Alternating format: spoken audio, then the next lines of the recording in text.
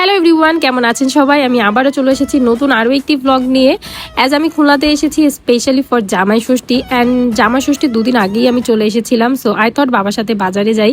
সন্ধ্যা বাজারে যাচ্ছিল বাবা। সো আমার সন্ধ্যা বাজারে যেতে অনেক ভালো লাগে, বিকজ এত ভ্যারাইটিস মাছ আছে এখানে, দেখতেই ভালো লাগে। সো আমিও বাবার সাথে চলে গিয়েছিলাম সন্ধ্যার পর সন্ধ্যা বাজারে।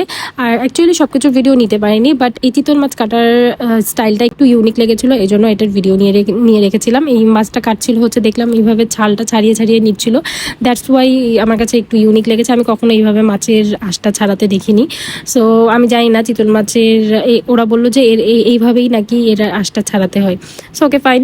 দেন মাছ টাছ কাটিয়ে নিয়ে চলে গেলাম আমরা বাড়িতে। দেন পরের দিন অনেক ভোর থেকে মা রান্নাবান্না শুরু করে দিয়েছিল। আমি যখন ঘুম থেকে উঠেছি দেখলাম খাসির মাংস চিতল মাছটা করছিল, আর সব কিছু তার রেডি হয়ে গেছে।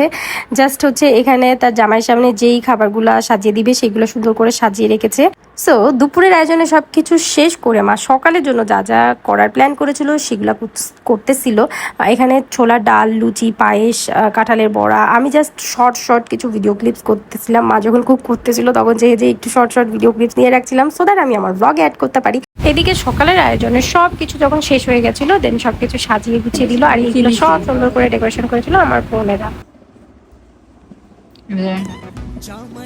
আমাদের জামাই ষষ্ঠীর জামাই।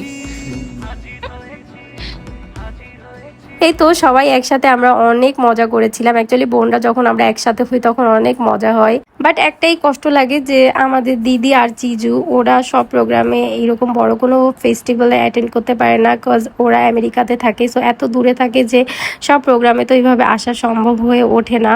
সো ওদেরকে ছাড়াই আমাদের সব ফেস্টিভ্যালগুলো সেলিব্রেট করতে হয়। যাই হোক, তারপর মা তার মেয়ে জামাইকে আশীর্বাদ করলো, জামাইয়ের হাত ধোয়াই দিল দুধাম দিয়ে। বেসিক্যালি আমাদের এদিকে জামাই ষষ্ঠী সেলিব্রেট করা যেমন ভাবে প্রচলন আছে ঠিক সেভাবেই আমরা করি। এক এক অঞ্চলে এক এক রকম ভাবে সেলিব্রেট করা হয়। আপনার অঞ্চলে কিভাবে আপনারা জামাই ষষ্ঠী সেলিব্রেট করেন সেটা কিন্তু আমাকে অবশ্যই কমেন্ট করে বলবেন। আর আমাদের জামাই ষষ্ঠী সেলিব্রেশনটা আপনাদের কাছে কেমন লাগলো সেটাও কমেন্ট করে বলবেন। এনিওয়ে, মা তার জামাই আদরের জন্য দুপুরের আয়োজনে যা যা করেছিল সেসব কিছু সাজিয়ে গুছিয়ে দিল। দেন আমরা বসে গেলাম খেতে। অ্যাকচুয়ালি আমি খেতে বসিনি, আমি জাস্ট বসেছি ছবি তোলার জন্য।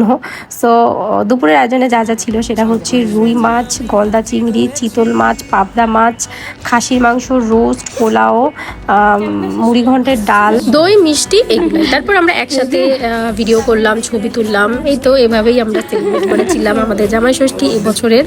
অ্যান্ড আপনাদের কাছে কেমন লেগেছে ভিডিওটা অবশ্যই কমেন্ট করে বলবেন। আর আপনারা কীভাবে কে সেলিব্রেট করেছে জামাই ষষ্ঠী সেটাও কিন্তু আমাকে কমেন্ট করে বলবেন। আজকের ভিডিওটা এখানে শেষ করছি। সবাই ভালো থাকবেন, সুস্থ থাকবেন। আবার দেখা হবে নতুন কোনো একটি ভিডিওতে। Till then tata, bye bye, thanks for watching. তুই তো খাইয়েই যাচ্ছিস মোহনা। নিজের একজন